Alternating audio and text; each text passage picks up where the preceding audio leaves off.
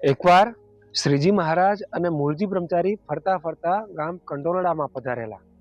ગામ બહાર એક સરસ સ્વચ્છ જગ્યા હતી. ઝાડ નીચે બંને ઉતર્યા, પણ એ વખતે પ્રભુને ભૂખ બહુ લાગી હતી.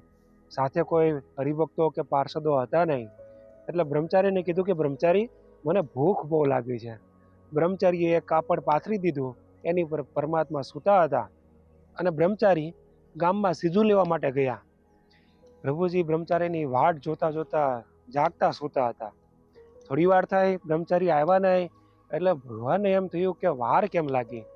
તરત જ બ્રહ્મચારી કંઈક મુશ્કેલીમાં હશે એવું જાણી અને ભગવાન ઊભા થયા. ત્યાં ગામમાં બજા સોંસરવા હાથમાં ઉઘાડી તલવાર લઈને નીકળ્યા. આ બાજુ બ્રહ્મચારી એક દુકાનમાં સીધું ઝુકાવતા હતા.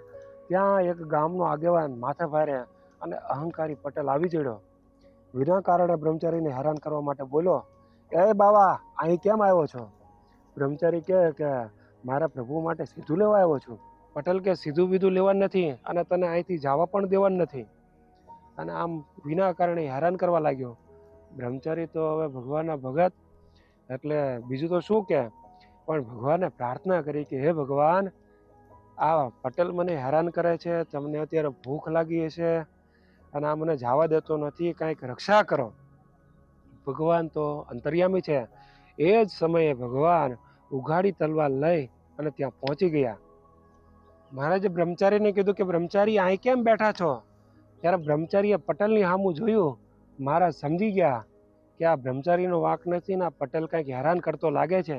એટલે મહારાજે એ પટેલને ડારો દીધો અને કહ્યું કે અમારા માણસને કેમ રોક્યા છે? પટેલ કે હું નજરે ભાળું એમ કંઈક પરચો દેખાડો તો જવા દો. આમ જ્યાં પટેલે કીધું એટલે મહારાજ કે ઊભો રહે, લે તને પરચો બતાવું. એમ કરીને ભગવાને ભ્રકુટી ચડાવી અને પટેલને મારવા માટે તલવાર ઉગામી. ભગવાનનું એવું ઉગ્ર સ્વરૂપ જોઈ અને પટેલને બીક લાગી અને બ્રહ્મચારીને મૂકીને ઊભી બજારે ભાગ્યો. આગળ પટેલ ને પાછળ મહારાજ. દોડતા દોડતા પટેલ તો એક ઘોડશાળામાં ઘોડા બાંધ્યા હતા એમાં જઈને હંતાણો અને અહીંયા સ્વામિનારાયણ નહીં આવે એમ માની અને ત્યાં હંતાઈ ગયો. થોડી વાર થઈ, ત્યાં ભગવાન પણ એના ગોતતા ગોતતા એની પાછળ ગયા અને પટેલનો કાથલો ઝાલી અને એને પાડી દીધો અને એની છાતી ઉપર ચડીને બેઠા અને કહ્યું કે આજ તને જીવતો નહીં મેલું. મારા ભગતે તારું શું બગાડ્યું હતું? એમ કહી અને ભગવાને એને કીધું કે તારે પરચો જોવો હતો ને, લે. એમ કહીને ભગવાને તલવાર ઉગામી. ત્યારે પટેલે હાથ જોડ્યા કે ભાઈ સાહેબ, મારે પરચો જોવો નથી, મને તમે જીવતો છોડો. ત્યારે ભગવાન કે એમ જીવતો નહીં છોડું, તું આ એક ઘોડી આપ તો હું જીવતો છોડું. તમને ઘોડી આપી. ભગવાન કે એમ નહીં, ઘોડી ઉપર 500 રૂપિયા આપ તો હું તને જવા દઉં. પટેલ કે ઘોડી આપી અને 500 રૂપિયા પણ આપ્યા, પણ મારો છુટકારો કરો. પછી ભગવાન તો દયાળુ. ભગવાને કીધું કે જા, તારી ભૂલો માફ. મારે ઘોડી જોતી નથી, 500 રૂપિયા જોતા નથી, પણ જો તું વર્તમાન ધારણ કર અને હરિભગત થા તો તને જીવતો મળ્યું. ત્યારે ઓલો તો બીકનો માર્યો તરત કીધું કે ભગવાન લ્યો મને વર્તમાન ધરાવો. પછી મહારાજ એને છૂટો મૂક્યો અને વર્તમાન ધરાવવાનું પણ પડ્યું મૂકી અને એ તો તરત જ ભાગ્યો અને પોતાના ઘેર જતો રહ્યો. આ બનાવ ગામ વચ્ચે થયો હતો એટલે ગામના લોકોએ આ બધું નજરે દેખ્યું હતું. એટલે બધાને ખ્યાલ આવ્યો કે સાધુને વગર વાંકે શું કામ હેરાન કર્યા છે, માટે વાંક તો આ પટેલનો જ છે. પણ આ અહંકારીને કે કોણ? આ સ્વામિનારાયણ આના એટલો પાઠ ભણાવ્યો ને, બહુ સારું કર્યું.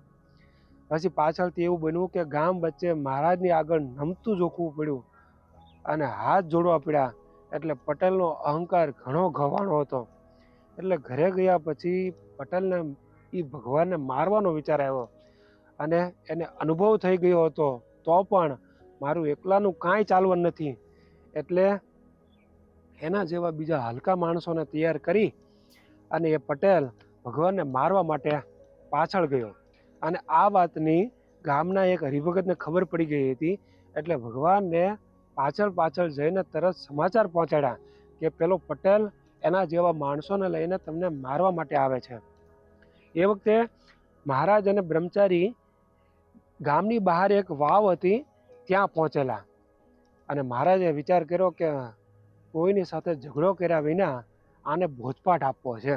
આમ વિચારી વાવની બાજુમાં એક પથ્થરનો મોટો થાંભલો હતો. એમાં એવી જોરથી તલવાર મારી કે પથ્થરના થાંભલામાં ઊંડો કાપો પાડી દીધો. મહારાજની આ શક્તિ જોઈ અને ત્યાં એક બ્રહ્મચારી ઊભો હતો.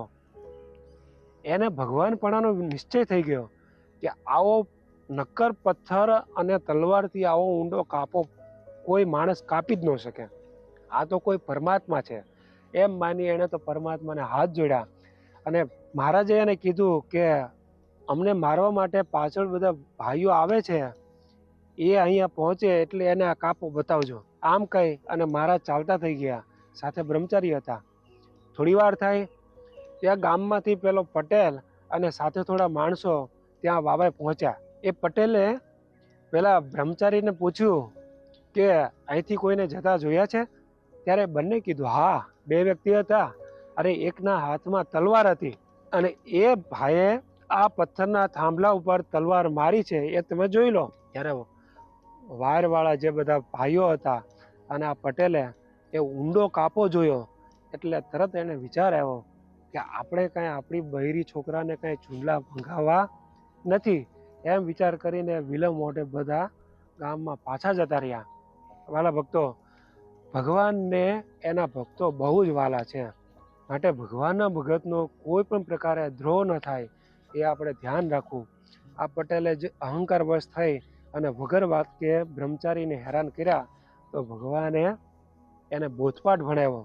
અને ભગવાન તો પોતાના ભક્તની રક્ષામાં સ્વયં હોય છે. માટે આપણે ભગવાનના ભગતની સેવા કરવી, કુસેવા ના કરવી, અહંકારને વશ થઈ અને ક્યારેય ભગવાનના ભગતનો દ્રોહ ના કરવો. જય સ્વામિનારાયણ.